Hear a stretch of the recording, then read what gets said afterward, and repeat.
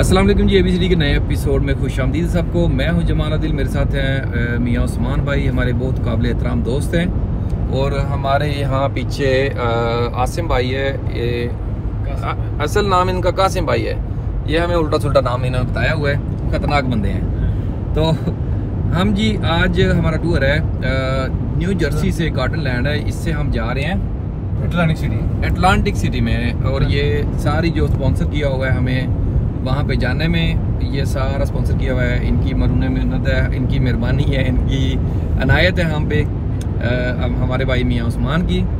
तो वहाँ पे कसिनोस हैं, सेकंड हाईएस्ट दूसरे नंबर पे ना, हाँ जी, पहले नंबर दूसरे नंबर पे यहाँ पे जो सबसे बड़े कसिनोस है यहाँ पे पाए जाते हैं। और ये वो सिटी है जो कि वेनेजिया के बाद सबसे बड़ी सिटी है, जो कि पानी के ऊपर बनाई गई है, यानी कि मैनस जो कि पानी के ऊपर है, ये भी पानी के ऊपर है।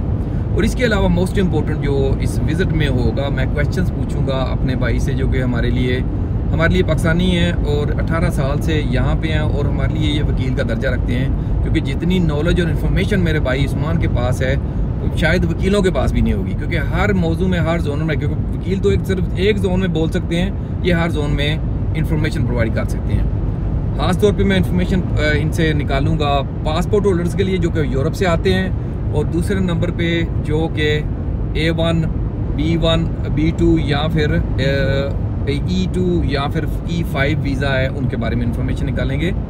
और जो इसके अलावा पूछेंगे भाई से जो इन्वेस्टमेंट की बेस के ऊपर वीज़ा मिलता है यहाँ पे एक पार्टनर लेके, उसके क्या प्रोसेस हैं और किस तरीके से ये अमल में आता है और कितना मुश्किल या आसान है, ये मज़ीद डिटेल के साथ मिलते हैं अटलांटिक सिटी में। हम आ गए जी अटलांटिक सिटी, ये न्यू जर्सी में है। यहाँ पे सब कैसीनोज हैं बहुत ज़्यादा।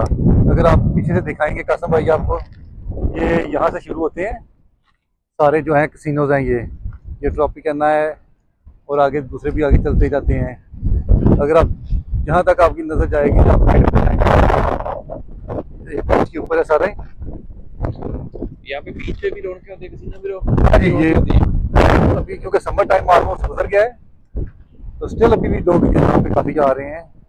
तो ये न्यू जर्सी की मोस्ट फेमस जगह है अटलांटिक सिटी। यहाँ पे लोग दूर दूर से आते हैं देखने के लिए, क्योंकि यहाँ पे बहुत ज़्यादा कैसीनोज और बीच के ऊपर ये सारा सिटी जो है ये बीच के ऊपर बना हुआ है, बीच के ऊपर बेस्ड है। हाँ जी, तो ये इसलिए फेमस है। साथ साथ हम शहर में चलते हैं और भाई से पूछेंगे हम कि बुनियादी तौर पे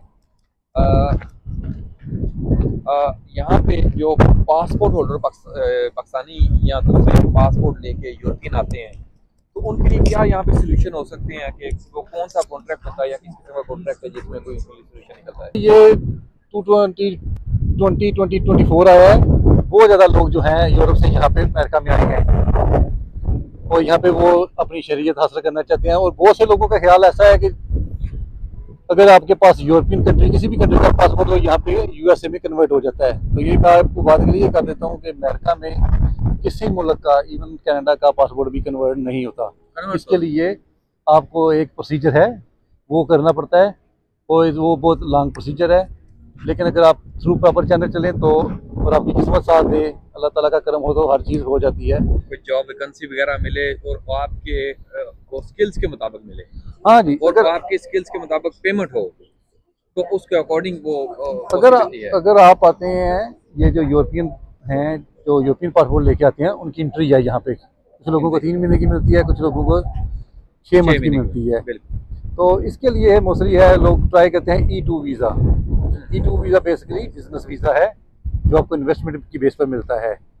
ये बेसिकली है कि US सिटीजन जो आपकी कंट्री के साथ, आपके सेम कंट्री हो, रिलेशन सेम कंट्री हो, वो हो, और 51% आपके होम शेयर और 49 उसके, इनके अप्रोक्सीमेटली हाफ हो। 51 जो आप इन्वेस्ट कर रहे हो या जिसको वीजा रिक्वायर्ड है, बंदे को जिसको रिक्वायर्ड वीजा है वो 51 होना चाहिए, और 49 जो यहाँ पे है जो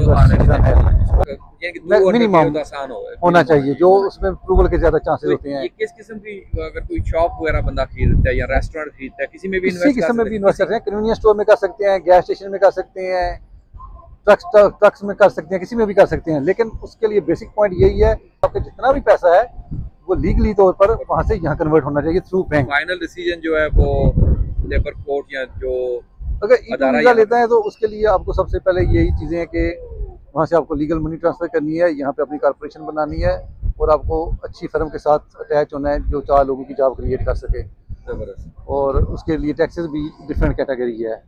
ज़बरदस्त। तो ये एवरी 2 ईयर रिन्यूअल होता है, ये परमानेंट रेजिडेंट नहीं है, ये टेम्परेरी है, ये वर्क पे बेस पे है, टेम्परेरी है, वर्क बेस पे। जस्ट लाइक H2 वीज़े की तरह ही है। काम चल रहा है, टैक्स पे कर रहे हैं, तब तक आपका ये चलता रहे, रिन्यूअल होता है एवरी 2 ईयर। अगर आप टैक्स अच्छा पे नहीं करते 2 साल के बाद तो ये रिन्यूअल नहीं होगा, ये कैंसिल हो जाएगा और आपको ये कंट्री छोड़ के जानी पड़ेगी। और इसके अलावा जो पासपोर्ट के ऊपर बिहाफ के ऊपर आपको जो वीज़ा मिलता है, जो उसमें क्या है कि हर्डल है, अगर आपको वो 1 साल के लिए मेंटेन रखनी होगी अच्छी सैलरी, या फिर स्किल्ड वर्कर की बेस के ऊपर, या फिर जॉब चेंज कर सकते हैं आप? नहीं, अगर आप स्किल्ड बेस के ऊपर यहाँ पे आना चाहते हैं तो आपको थ्रू लेबर डिपार्टमेंट आना पड़ेगा और वो आपकी जो कंपनी है, जो फर्म है, वो भी अच्छा टैक्स पेड हो, जो अच्छा टैक्स देती हो। कितना टाइम ये टैक्स पे करना पड़ेगा?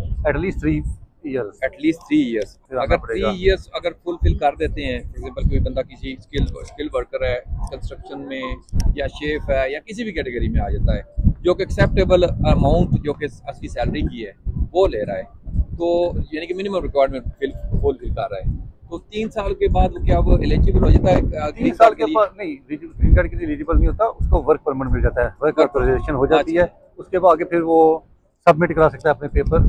ज़बरदस्त, ज़बरदस्त। और इसके अलावा जो हमारी उन कंट्री से जो आते हैं, क्या उनके ड्राइविंग लाइसेंस वगैरह क्या वैलिड होते हैं यहाँ पे, कि यहाँ पे लाइसेंस वगैरह? अगर आप इंटरनेशनल लाइसेंस लेके आते हो तो वो वैलिड होता है यहाँ पे। आप सभी कंट्री के वैलिड होंगे?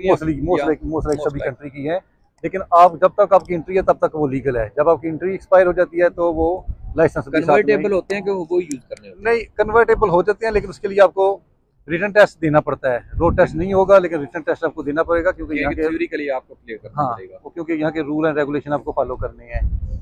तो यही मेरे पास छोटी इन्फॉर्मेशन थी। जो लोग भी यूरोप से आते हैं वहाँ घूमें फिरें और देखें कंट्री कैसी है, कोशिश करें। लेकिन ऐसा नहीं कि नामुमकिन नहीं है, लेकिन यहाँ की थोड़ी हार्ड है, मुश्किल है। नामुमकिन कुछ भी नहीं, लेकिन हार्ड है। तो आपको एक अच्छा कॉन्ट्रैक्ट और एक अच्छा रेफरेंस चाहिए होगा जो कि आपको हेल्प आउट कर सके, जो कि यहाँ पे थोड़ा मुश्किल हो जाता है, क्योंकि अच्छा कॉन्ट्रैक्ट और अच्छी कंपनी भी, जैसे मुझे भाई बता रहे थे कि अगर आपकी कंपनी में भी कमी पेशी होगी तो उस बेस के ऊपर भी आपके डॉक्यूमेंट्स की रिजेक्शन के चांसेस बने रहेंगे। सबसे बड़ी चीज़ है कि आप वहाँ पे क्या करते हैं, आप वहाँ से लीगल मनी यहाँ पे कैसे लेके आ सकते हैं। E2 के लिए वो दूसरा जो स्किल बेस है वो लॉन्ग टर्म है, तो उसके लिए आपको फर्म यहाँ पे अच्छी चाहिए जो आपको किसी स्किल बेस पे ले। जबरदस्त। जाकला भी आपकी बातें हमारे लिए बहुत वैल्यूएबल हैं, और हम आपको थोड़ा हम दिखाते हैं।